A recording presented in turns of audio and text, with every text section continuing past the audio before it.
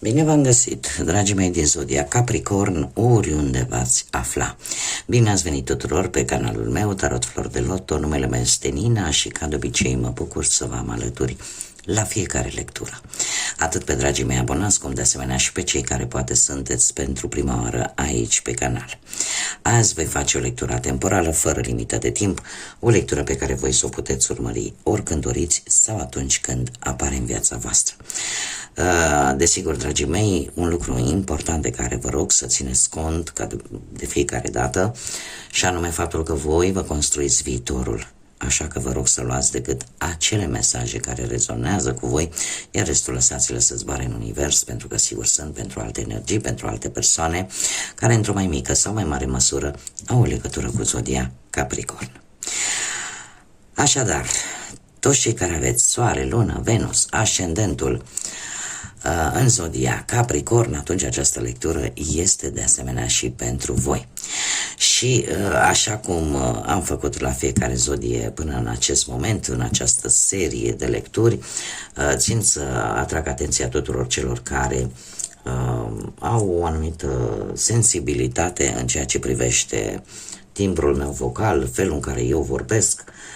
Nu este nevoie să-mi trimiteți mesaje și să încercați să mă umiliți prin tot felul de jigniri. Pur și simplu nu vă mai place vocea mea, n-am ce să fac, alta mama nu mai face, așa că vă rog din suflet să vă dezabonați în liniște, nu trebuie să faceți mare tam-tam, că oricum dacă veți încerca să umiliți, nu numai pe mine, în general, pe oricine, nu câștigați absolut nimic.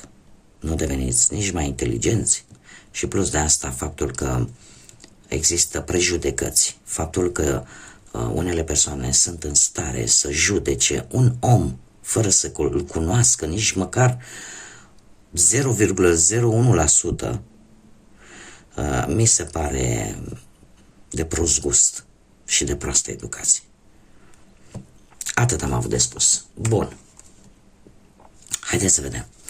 Haideți să vedem care este energia voastră, dragilor din Capricorn.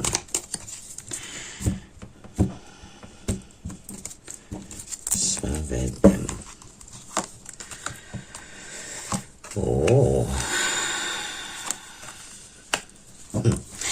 Dragilor, se pare că voi ați avut o perioadă în care v-ați planificat tare bine mișcările, indiferent de ce aspect al vieții vorbim. Ați folosit o strategie foarte inteligentă vis-a-vis de o anumită situație, iar în acest moment, chiar dacă vă apar anumite piedici, sunteți hotărâți să mergeți înainte. De ce? Pentru că v-ați asigurat spatele. Ați acționat inteligent și chiar dacă lucrurile astea, nu știu, poate să apară mici întârzieri sau poate să apară, cum am mai spus, mici piedici în calea progresului vostru, se pare că veți ști cum să treceți peste ele. Următoarea perioadă pentru voi, dragilor, este o perioadă bună, o perioadă de foarte mult optimism și unii dintre voi chiar se gândesc cum să-și planifice următoarea vacanță. Da, este și firesc, este și normal, mai ales că voi, dragilor, sunteți tare, tare muncitori atunci când vreți să obțineți ceva. Așa că, de ce nu? Haideți să vedem ce ne spune tarotul și începem cu viața profesională. Ce vine pentru dragii mei din Capricorn în următoarea perioadă?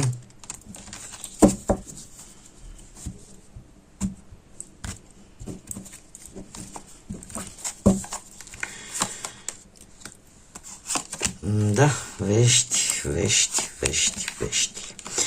Dragii mei, nu știu dacă zodiile de apă vă spun ceva sau au vreo legătură cu viața voastră profesională, cu cariera, cu munca voastră, Rac, Pești sau Scorpion, dar vreau să spun că v-au venit niște oferte tare bune. Niște oferte tare bune, mai ales pentru cei care căutau poate ceva de muncă. sau poate ați început voi un proiect cu ceva timp în urmă, care nu a evoluat el atât de repede pe cât v-ați fi dorit voi, dar s-a mișcat. Da? A fost așa o evoluție înceată, dar sigură.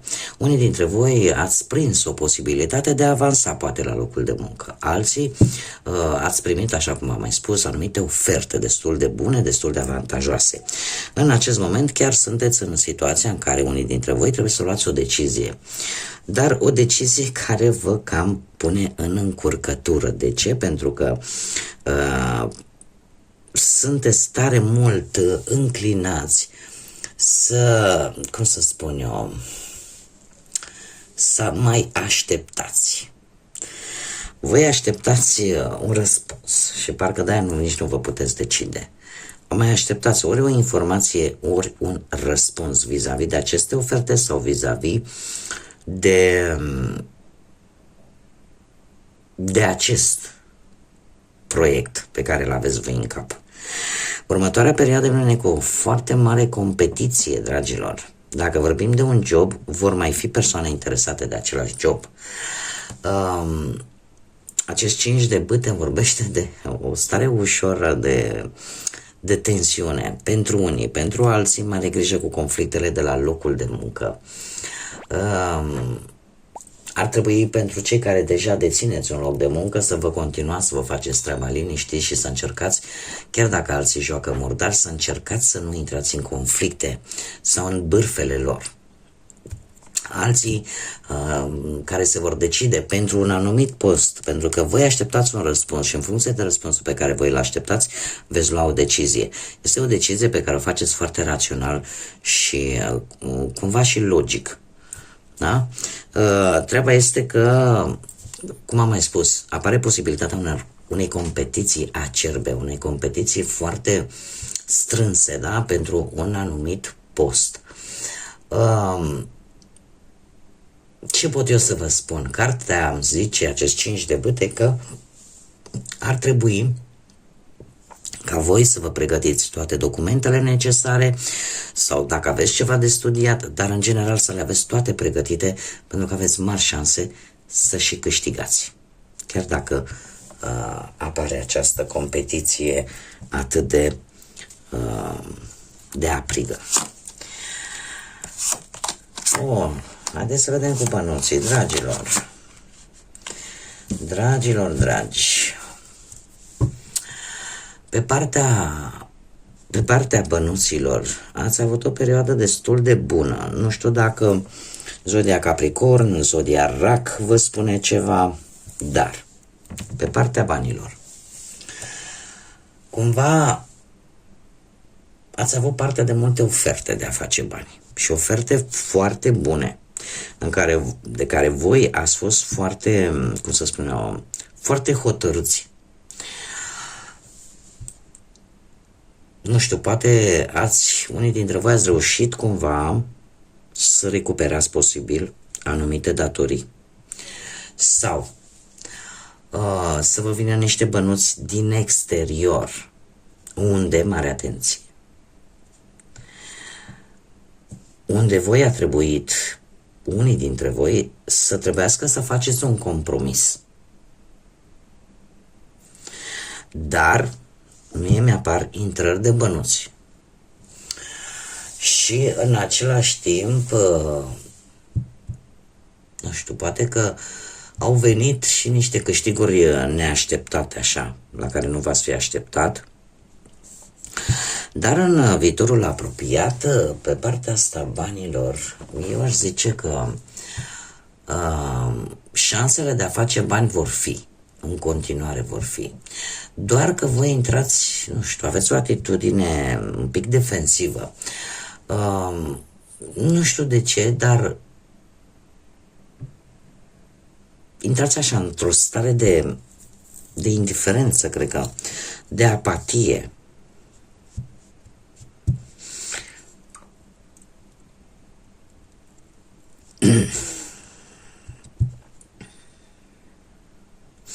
Există cât de hotărâți sunteți în acest moment, cumva atât de impasibili, aș spune, sau mai bine zis, atât de liniștiți, așa brusc, veți fi în viitorul apropiat. Dar de ce? Ia să vedem.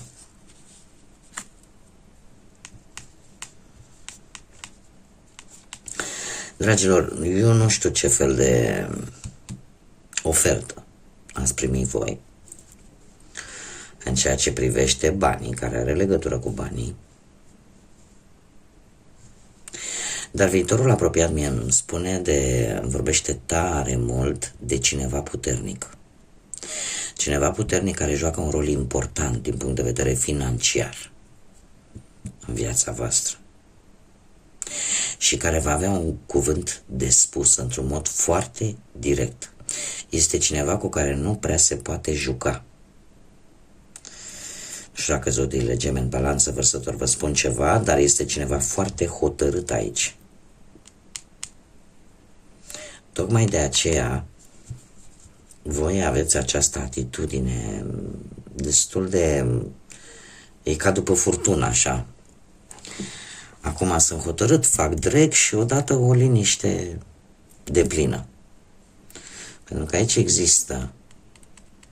există cineva care are un rol bine determinant în viața voastră financiară și care va pune, cred că își va impune punctul de vedere de o manieră în care nu se va putea riposta. Haideți să vedem cu viața sentimentală prima oară pentru cei care sunteți într-o relație. E iubire mare aici. Dragilor, nu știu ce ați făcut, pe unde ați umblat, cu niște documente, cu niște acte, cu posibil... s-a discutat probabil, s-a pus problema poate de căsătorie, de ce nu? Nu știu dacă aveți de-a face cu zodii de apă, rac, pești, scorpion, predomină, sau balanță, desigur. Cert este că dacă ați avut ceva conflicte, cumva ele s-au rezolvat și cumva relația merge înainte. În prezent, cu această regină de cupe, cum am mai spus, poate să fie o persoană empatică, o persoană care e intuitivă, da, și care e acolo atunci când ai nevoie de ea, o persoană magnetică care atrage și care de obicei are un mod de a gândi, de a analiza un pic matern, da, un pic sufletește, așa, e o persoană foarte empatică. Pentru voi, dragilor, se pare că dacă nu vorbim de o persoană, vorbim de o situație, o relație calmă, cu emoții solide, emoții profunde și, cum am mai spus, chiar dacă e posibil să fie avut ceva mici probleme, ele se pot rezolva cu un pic de intuiție, de ce nu? Viitorul vine cu un paj de cupe, o veste și mai bună, un purtător de vești care îți redă de fapt încrederea în voi și cred că veți avea un moment pentru voi, pentru a vă distra un pic, pentru a ieși un pic din monotonie. Și pentru alții acest paj de cupe poate anunța chiar o nuntă, o logodnă serioasă sau poate chiar o naștere pentru alții în următoarea perioadă. Hei, cine va fura, dragilor, inima așa de tare? Cei care sunteți singuri, poate în urma văduviei, a separării sau a unui divorț, sau pur și simplu nu v-ați găsit jumătatea. Dragilor, voi, uite că unii dintre voi chiar și-au găsit jumătatea cu acest doi de cupe cu puțin timp în urmă. Se pare că a venit așa o iubire foarte pasională, foarte profundă, foarte senzuală. Dar în același timp, cu acest 7 de spade, cineva îi se poartă cu mânuși. Cineva are o atitudine foarte, cum să zic eu, nu face foarte mult zgomot și încearcă să-și atingă scopul. Este o persoană foarte silențioasă, care posibil să nu vorbească foarte mult și să acționeze, să știe exact unde și ce trebuie să facă, în ce momente și în ce situații. Este foarte interesat de voi și eu aș spune că n-ar trebui să dați bir cu fugiții. Chiar dacă voi sunteți un pic neîncrezători, nu prea aveți încredere în persoana asta, dar viitorul sună bine pentru că avem un 10 de cupe și se pare că nu aveți motive de îngrijorare. Sau chiar dacă le aveți, nu ar trebui să le aveți, da? Nu aveți de ce să vă preocupați. Este adevărat că această situație sunt mari șanse să se transforme într-o relație, cum să zic eu, foarte importantă pentru voi, pentru viața voastră. Și asta posibil la un eveniment familiar. Este un îndemn cu acest 10 de cupe de a vă urma inima. Și în felul ăsta parcă știi ce e bun pentru tine. Haideți să vedem ce ne spune acest oracol al cristalelor pentru dragii mei din Capricorn. Mesaj, te rog, pentru dragii mei din Capricorn. Și avem cuarțul afumat, care ne vorbește despre eliminarea negativității. Eliberează-te de negativitatea din interiorul tău și cea din jurul tău. Ei, unii dintre voi sunteți voi un pic mai ranchiunoși așa și e posibil să țineți în interiorul vostru anumite sentimente destul de negative, dar care vă pot afecta pe voi pe termen lung. Poate nu aveți încredere, poate în cineva sau într-o situație sau nu mai aveți încredere în voi, sau poate pur și simplu nu aveți încredere în ce se întâmplă lângă voi. Și cumva apare acea lege a atracției în care dacă ceea ce tu emani, aia atragi, de fapt. Așa că încercați pe cât se poate să gândiți mai pozitiv și lucrul ăsta să plece din interiorul vostru și chiar și cu cei care vă înconjoară. Da? Să nu vedeți totul numai negru. Acum, pentru prima oară le folosesc în acest set de lecturi zarurile astrologice, așa că vreau să văd ce mesaj au aceste zaruri pentru dragii mei din Capricorn. O, ce frumos, avem soarele. Și chiar pe voi, Capricorn, și casa 12-a. Fenomenal. Dragilor, ceva superior va prelua controlul. Ar fi bine, ar fi foarte indicat să lăsați lucrurile, să nu le forțați, să le lăsați să curgă, să fie fluente. De ce? Pentru că un lucru bun e ca un miracol, e ca o minune care vine în viața voastră, dar nu-l grăbiți. Bine ar fi ca în următoarea perioadă să, în afară de faptul că trebuie să mai aveți un pic de răbdare, să nu luați decizii importante. Da? Lăsați, pentru că există ceva mai mare decât vă imaginați voi, dar atât de pozitiv pentru voi. Avem soarele care ne vorbește de partea voastră cea mai luminată, de potențialul vostru. Așa că ceva important pentru voi vă va schimba viața la 180 de grade. Da? Este foarte interesant că a ieșit exact semnul vostru. Deci semnul vostru, zodia voastră, soarele și casa 12-a. Nu grăbiți situațiile, lăsați-le să curgă în ritmul lor divin Și o să vedeți că va veni o claritate foarte mare vis-a-vis de anumite situații. Le puteți vedea mult, mult, mult mai clar. Și asta poate să fie. Dar e cert că e ca și cum ai zice, vine soarele pe strada mea cât de curând. Bun, dragilor, eu atât am avut de spus de data aceasta. Vă mulțumesc ca întotdeauna pentru prezența voastră, vă mulțumesc pentru like-uri, distribuiri și comentarii. Desigur, aștept cu mare interes și pe toți cei care încă nu s-au abonat și poate vor să ne mai întâlnim aici pe canal. Eu vă invit și vă aștept cu mare drag pe toți. Și, desigur, în continuare am nevoie de suportul și sprijinul vostru printr-un simplu like sau o distribuire, da, sau chiar și un comentariu. Așa că până data viitoare, când ne vom reîntâlni la o nouă lectură, eu vă doresc tot binele din lume.